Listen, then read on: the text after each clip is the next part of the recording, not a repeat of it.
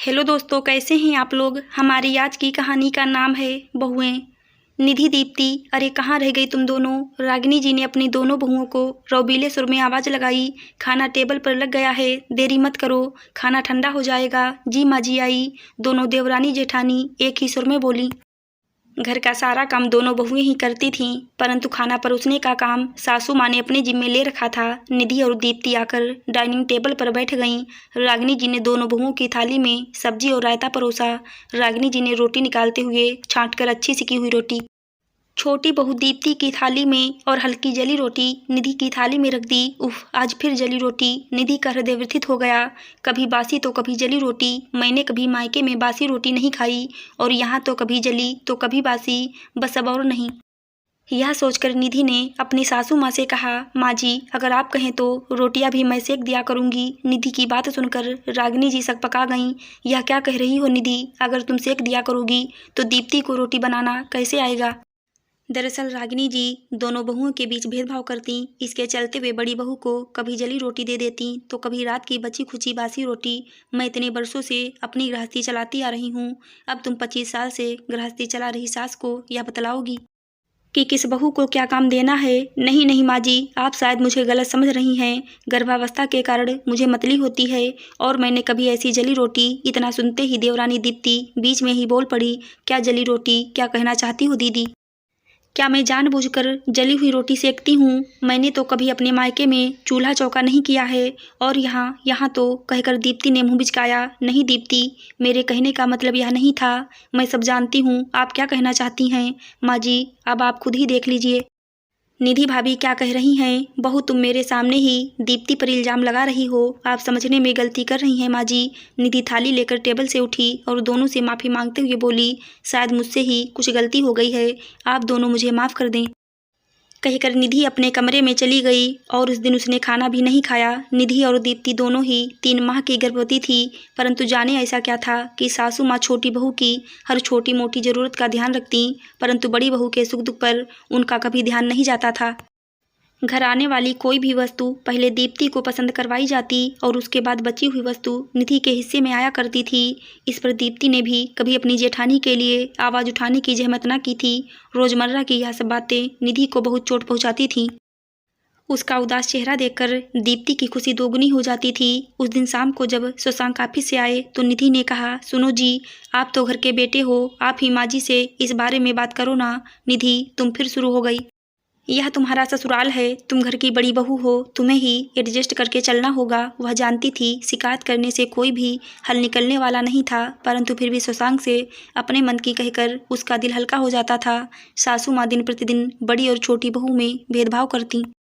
यह सब देखकर छोटी बहू के मन से भी अपनी जेठानी से प्रेम और आदर खत्म हो गया। वह हमेशा अपनी सास रागिनी जी के इशारों पर चला करती।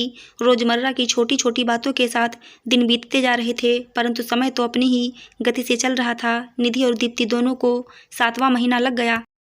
उन दोनों की डिलीवरी में मात्र 14 दिन का ही अंतर था। बच्चे के आने की खुशी में निधि ने इन छोटी छोटी बातों को दिल से लगाना छोड़ दिया था। एक दिन दीप्ति रसोई में चाय बनाने के लिए गई। उसने चाय का डिब्बा निकाला तो साथ रखा तेल का डिब्बा फर्श पर जा गिरा। सारी रसोई में तेल फैल गया। कमला से कहकर उसने रसोई की साफ सफाई करवा दी, पर फिर भी थोड़ी सी फिसलन रह जाने की वजह से चाय ले जाते समय दीप्ति वहीं फिसल कर गिर पड़ी। उसकी चीख सुनकर घर के सब लोग दौड़कर रसोई घर में पहुंचे। दीप्ति को जमीन पर पड़े देख सब बहुत डर गए। आनन फानन में दीप्ति को तुरंत ही पास के अस्पताल पहुंचाया गया। गिरने की वजह से दीप्ति का बच्चा पेट में ही मर गया। बहुत ज़्यादा खून बह जाने की वजह से डॉक्टर ने नॉर्मल डिलीवरी का रिस्क लेने से साफ इनकार कर दिया। सर्जरी करके दीप्ति के मृत बच्चे को पेट से बाहर निकाल लिया गया। एकाएक अपने बच्चे को खो देने से दीप्ति का रो रो कर बुरा हाल था। उधर निधि और उनकी सासू माँ के हृदय पर भी इस घटना से बड़ा आघात लगा था। अजन्मे पोते की मृतदेह को देखकर रागिनी जी का दिल छलनी छलनी हो रहा था। उनकी 2-2 बच्चों की दादी बनने की उम्मीद पर पानी फिर गया था। कुछ ही दिन में दीप्ति को अस्पताल से छुट्टी मिल गई और वह घर आ गई। अपना बच्चा खो देने के बाद दीप्ति अब उदास रहने लगी थी, और उधर निधि से उस बेचारी का दुख देखा ना जाता था। देवरानी और सास के दिए हुए सारे दंश वह भूलकर दीप्ति की सेवा में लग गई थी। धीरे धीरे दीप्ति की सेहत में सुधार आने लगा था। ईश्वर के मर्जी के आगे किसी की नहीं चलती, इसलिए उसने इस दुख से उबरने में ही अपनी भलाई समझी और वह अपनी भाभी निधि के साथ उसके कामों में मदद करने लगी। कुछ ही दिनों में सब कुछ पहले की तरह सब ठीक हो गया। और फिर एक दिन सासू माँ की वही आवाज़ सुनकर दोनों बहुएं चौंक गईं। अरे बहुओं, कहाँ हो तुम? मैंने तुम्हारा खाना टेबल पर लगा दिया है। क्या हुआ माँ जी, आज आप खाना क्यों परोस रही हैं? आप अपने कमरे में आराम कीजिए, यह सब मैं अपने आप कर लूँगी। निधि ने दबे स्वर में माँ जी से कहा। रागिनी जी बोली, अरे तुम क्यों चिंता करती हो? अब जब दीप्ति ने भी तुम्हारे साथ काम संभाल लिया है तो मुझे तो सिर्फ खाना परोसने का ही काम है। इसमें काम या थकान की क्या बात है? चलो चलो, ज़्यादा बातें ना बनाओ, खाने की टेबल पर आ जाओ। निधि को वह जली हुई रोटी याद आने लगी थी, परंतु दोनों को लगा कि शायद सासू माँ के भी व्यवहार में परिवर्तन हो गया होगा। माँ जी ने दोनों बहुओं की थाली में खाना परोसना शुरू किया। दोनों बहुएं रागिनी जी को एकटक देख रही थी कि वे आगे क्या करने वाली हैं। उन्होंने दोनों की थाली में रोटी रख दी, पर यह क्या, आज बासी रोटी की थाली बदल गई थी। रागिनी जी ने रात की बासी रोटी निधि की थाली में न रखकर दीप्ति की थाली में रख दी थी। बासी रोटी अपनी थाली में देखकर दीप्ति की आंखों से आंसू निकल आए, परंतु अपने कर्मों को याद कर उसने अपने आंसू पोंछे और इसे कर्म फल समझकर चुपचाप बासी रोटी का ग्रास तोड़कर खाने लगी।